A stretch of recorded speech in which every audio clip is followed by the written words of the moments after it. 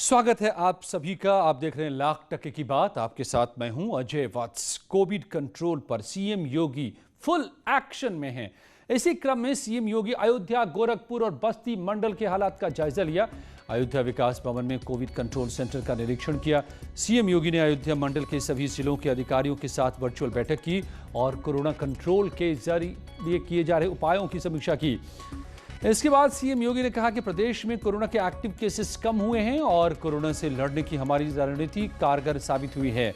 उन्होंने कहा कि दूसरी लहर बड़ी चुनौती बन गई है और इसमें ऑक्सीजन की ज़्यादा ज़रूरत पड़ी, मगर इसकी अब सप्लाई पूरी तरह हो रही है और केंद्र सरकार ने भी इसमें भारी मदद की है। उत्तर प्रदेश ने बेहतरीन प्रबंधन करके देश के सामने भी और दुनिया के सामने भी एक उदाहरण प्रस्तुत किया था। सेकेंड वेव ने अचानक पूरे देश और प्रदेश के सामने भी एक चुनौती प्रस्तुत की। वर्तमान में हम इस सेकेंड वेव को फेस कर रहे हैं। स्थिति वर्तमान में नियंत्रण में है। कोरोना के खिलाफ चल रही जंग की जमीनी हकीकत को परखने के लिए मुख्यमंत्री योगी आदित्यनाथ भी मैदान में हैं और इसीलिए सबसे पहले उन्होंने वैक्सीनेशन सेंटर का निरीक्षण किया और उसके बाद बीआरडी मेडिकल कॉलेज में 2 घंटे से अधिक समय की एक मैराथन बैठक की। इस बैठक में गोरखपुर और बस्ती मंडल के अधिकारी शामिल रहे और उनको सीएम ने साफ निर्देश दिया कि जहाँ जाँच बढ़ाई जाए वहीं जो मरीज हैं उनका इलाज बेहतर तरीके से किया जाए। रामगोपाल द्विवेदी, न्यूज़ 18, गोरखपुर। उत्तर प्रदेश सरकार में एसीएस सूचना नवनीत सहगल ने यूपी का कोरोना बुलेटिन जारी किया और इसमें बताया कि 21,331 नए केस आज सामने आए, जो कि पिछले दिनों के मुकाबले काफ़ी कम हुए हैं। अब तक एक्टिव केसेस इस वक्त हैं 2,25,271, जबकि 24 घंटे में 29,709 मरीज ठीक होकर घर भी लौटे हैं।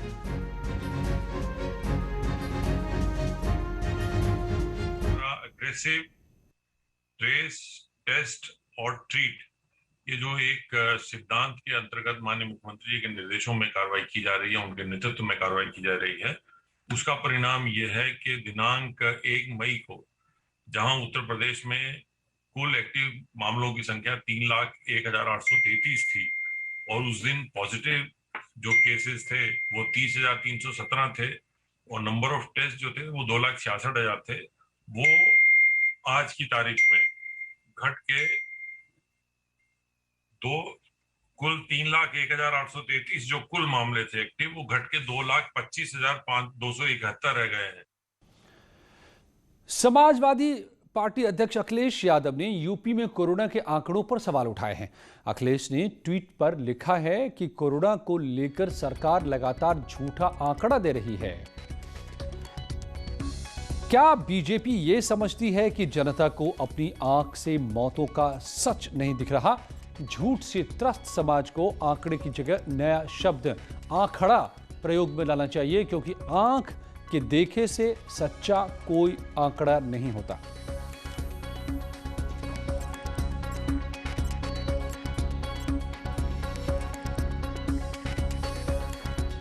गौतम बुद्ध नगर पुलिस दवाओं की कालाबाजारी और मरीजों से ठगी के मामले में सख्त कार्रवाई कर रही है। इस कड़ी में पुलिस ने एक ठगी के आरोपी को गिरफ्तार किया है। एक शख्स पर सोशल मीडिया पर फर्जी पोस्ट डालकर ठगी करने का आरोप है। पुलिस का कहना है कि शख्स सोशल मीडिया पर ऑक्सीजन सिलेंडर और कॉन्सेंट्रेटर दिलाने का वादा करता था और इस दौरान जरूरतमंद लोगों से अपने पैसा अपने खातों में मंगा लेता था। इसके बाद अपना फोन बंद कर देता था। नोएडा सेक्टर 20 पुलिस ने आरोपी को 2 मोबाइल के साथ गिरफ्तार किया है।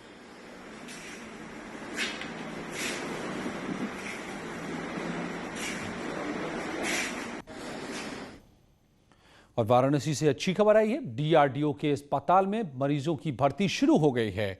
750 बेड के कोविड अस्पताल का यहां पर संचालन शुरू किया गया है। सबसे पहले 250 बेड के आईसीयू में मरीजों की शिफ्टिंग शुरू हो गई है। ये अस्पताल जो आज ही इसकी शुरुआत हुई है। डीआरडीओ ने रातों रात 750 बेड का ये कोविड हॉस्पिटल बनाया है। 250 इसमें आईसीयू के बेड हैं, जहां पर मरीजों को इलाज मिलना शुरू हो गया है। गंभीर हालत वाले मरीजों को आज यहां आईसीयू में शिफ्ट किया गया है।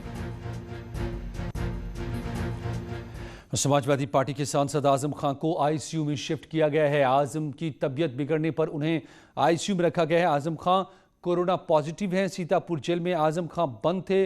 वहां जब उनकी तबीयत बिगड़ी तो उन्हें लखनऊ के मेदांता हॉस्पिटल लाया गया।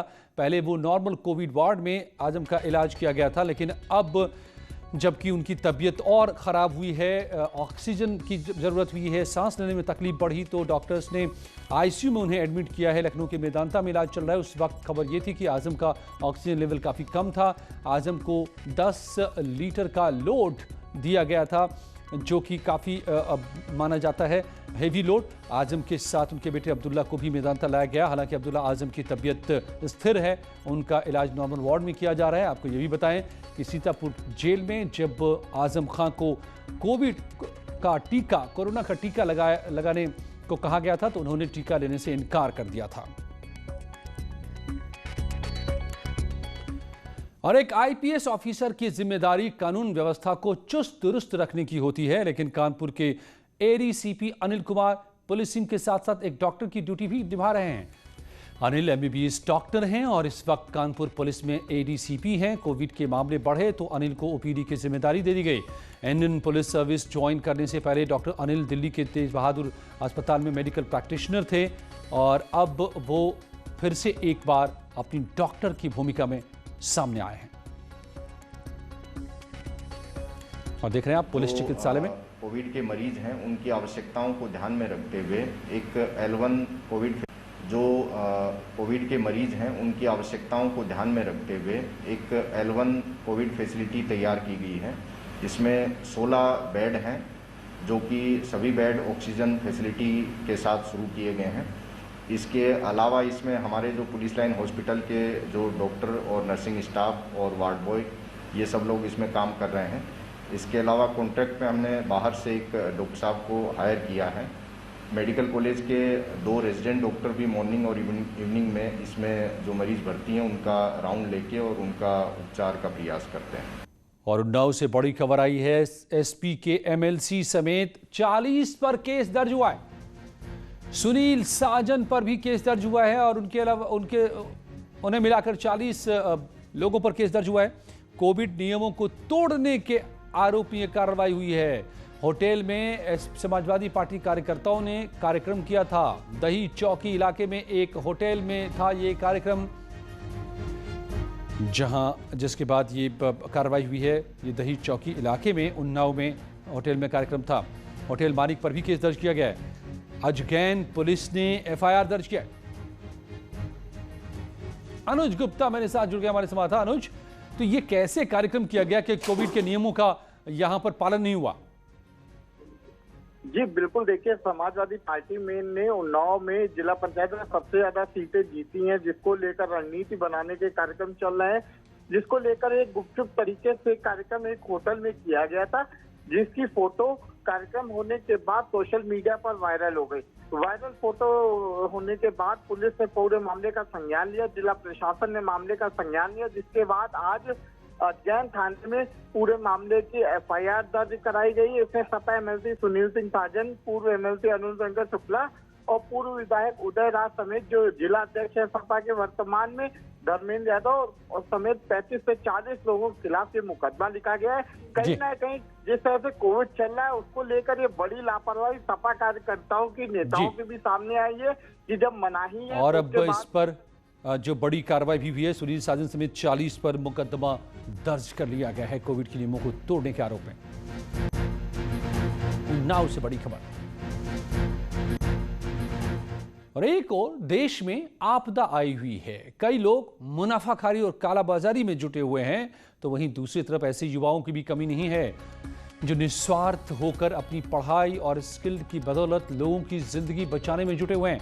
वाराणसी के इंजीनियर नित्यानंद वेंटिलेटर का इलाज कर रहे हैं। दरअसल नित्यानंद ने बीएचयू ट्रॉमा सेंटर के कई वेंटिलेटर खराब पड़े थे, जिसे ठीक किया। ऐसे मौके पर जब वेंटिलेटर ही जान बचाने वाला साबित हो रहा है कई मामलों में, और खराब पड़े वेंटिलेटर को इंजीनियर ठीक करने में जुट गए। और संगम नगरी प्रयागराज में कोरोना के हालात अब काबू में आ रहे हैं। यहां पर संक्रमण और मौतों की संख्या में तेजी से कमी आई है, मगर कोरोना संक्रमण से होने वाली मौतों के आंकड़े लगातार सवालों के घेरे में हैं। मौतों के आंकड़ों पर इसलिए सवाल उठ रहे हैं क्योंकि कोविड से होने वाली मौतों के अंतिम संस्कार के लिए जो शमशान घाट तय किया गया है, वहां पर 24 घंटे चिताएं धधक रही हैं। कब्रिस्तानों में भी रोजाना तमाम लोग दफनाए जा रहे हैं।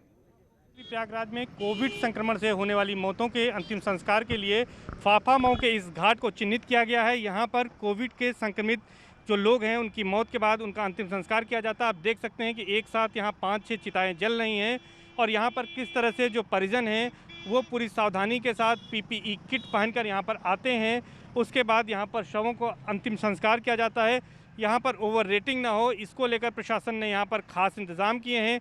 यहाँ पर अंतिम संस्कार के लिए 4000 रुपये का रेट निर्धारित किया गया है, जिसमें लकड़ी और शव जलाने का कार्य, इसके साथ ही धूप और तमाम अन्य सामान भी शामिल कर दिया गया है। यहाँ पर एक आम तौर पर यह बात सामने आ रही है कि यहाँ पर जितने संक्रमितों की मौत हो रही है उससे कहीं ज़्यादा अंतिम संस्कार किए जा रहे हैं। तो न्यूज़ 18 की पड़ताल में यह बात साफ हो चुकी है कि यहाँ पर जो ज़्यादा शवों का अंतिम संस्कार हो रहा है वो यहाँ के नहीं हैं, बल्कि दूसरे जिलों से आए हुए शवों के अंतिम संस्कार के आंकड़े हैं। इसलिए यहाँ पर आंकड़े बढ़ रहे हैं और इसका पूरा रिकॉर्ड भी पुलिस के पास मौजूद है। कैमरा पर्सन संजीव मिश्रा के साथ सर्वेश दुबे, न्यूज़ 18 प्रयागराज। और यूपी में लॉकडाउन जारी है। मेरठ में कोरोना कर्फ्यू को लेकर के पुलिस एक्शन के मोड में है। यहाँ रोजाना सैकड़ों लोगों को के चालान किए जा रहे हैं। इसे लेकर कुछ लोगों के अजीब तर्क भी सुनाई दे रहे हैं। कोई कह रहा है कि बहुत दिन से अपने रिश्तेदार के यहाँ नहीं गए, उनसे मिलने जा रहे हैं, तो कोई कह रहा है कि खाली सड़क पर राइड लेने निकल पड़े हैं। में लॉकडाउन का कैसा पालन हो रहा है ये जानने के लिए हम मौजूद हैं जेल चुंगी पर। यहाँ की तस्वीरें आप देखिए कि किस तरह से सन्नाटा पसरा हुआ नज़र आता है और दूर दूर तक सन्नाटा ही आवाज़ करता हुआ नज़र आ रहा है। मेरठ में बीते 24 घंटे के दौरान 1365 नए केस मिले हैं। बीते 24 घंटे के दौरान मेरठ में 6 और मौतें हुई हैं और लोग लगातार लॉकडाउन का पालन करते हुए नज़र आ रहे हैं। पुलिस की टीम यहाँ मौजूद रहती है और पुलिस की टीम लगातार लोगों को जागरूक करते हुए भी नज़र आती है, सख्ती भी करते हुए नज़र आती है। खाली सड़क में घूमने जा रहे हैं, तेज गली से आए हैं और क्या नाम से कमिश्नर चौपले पे जा रहे हैं। तेज गली से आ रहे हैं, कमिश्नर चौराहे तक जा रहे हैं। भाई साहब क्यों निकले, क्या कारण है? कोई आ रहा है वहाँ से, बिजनौर से आ रहा है, उन्हें लेने जा रहे हैं। लेकिन ऐसे भी लोग हैं जो बेवजह घरों से निकल रहे हैं। इन घुमक्कड़ लोगों के खिलाफ भी कार्रवाई की जा रही है और ये कार्रवाई बेहद आवश्यक है। कैमरा पर्सन अभिषेक शर्मा के साथ उमेश श्रीवास्तव, न्यूज़ 18 मेरठ। लौटते हैं कुछ ही पलों में और खबरों के साथ।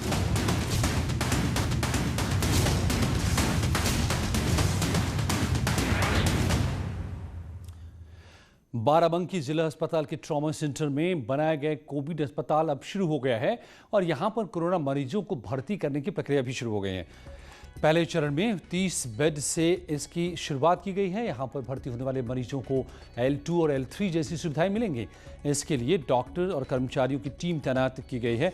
सभी को ये निर्देश दिया गया है कि अस्पताल में भर्ती होने वाले मरीजों के इलाज में किसी तरह की कोताही न बरती जाए। जल्द ही इस अस्पताल को 100 बेड तक का बनाया जाएगा। और कुछ ही पलों में जारी है यहाँ खबरों का सिलसिला।